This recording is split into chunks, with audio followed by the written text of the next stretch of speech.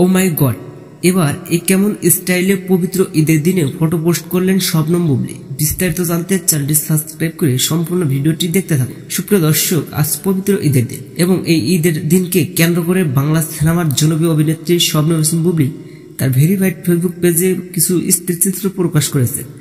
ক্যাপশনে দিয়েছেন, সবাইকে আমার পক্ষ থেকে ঈদ মোবারক। আশা করছি ঈদের দিনটা আপনাদের আনন্দ কাটবে। ঈদের দিন সকালে বুবলী বেশ কয়েকটি ফটো আপলোড করেছেন, তবে বেশ কয়েকটি ফটোতে তাকে দূর দূরান্ত লুকে দেখা যাচ্ছে। গায়ে থ্রি পিস, মাথায় আগলা চুল বুবলীকে যেন আরো সুন্দর করে তুলেছে।